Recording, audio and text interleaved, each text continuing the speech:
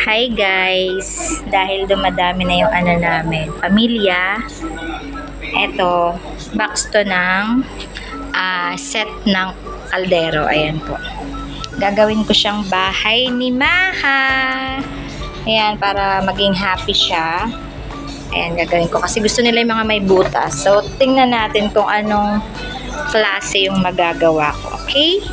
Samahan nyo ako at gagawa ko ng house ni Maha. Ayan si Maha, oh. Maha, nakaabang na siya sa gagawin kong bahay. Kasi gustong-gusto niya yung mga box, yung mga karton na ganyan. Masyado siyang makutingting. So, gawin ko na lang bahay ni Maha yung box ng mga kawali. So, tara guys! O, diba?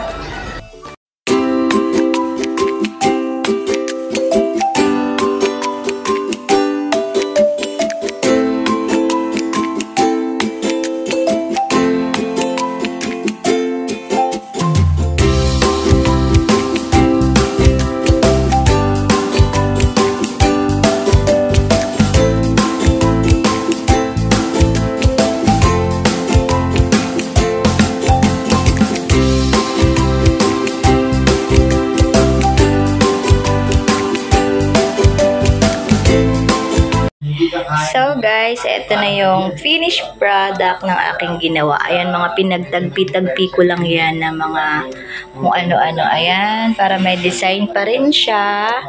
Tapos, nilagyan ko siya nitong cover para hindi naman kita yung kawali. Ayan, kasi box nga to ng kawali at kaldero. So, ginawa kong ganyan. At eto, hindi ko pa rin yung butas. Bali, ito yung loob niya.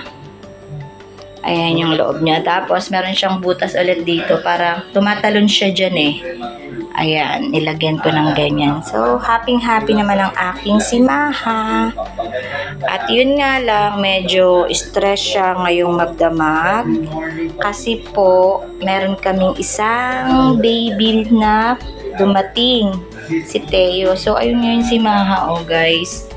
Sobrang stress niya ngayon kasi ayan, oh, ayun.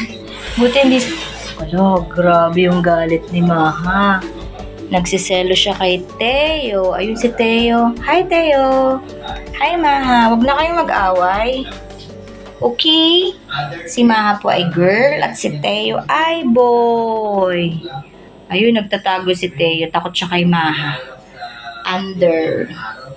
So, ayun guys.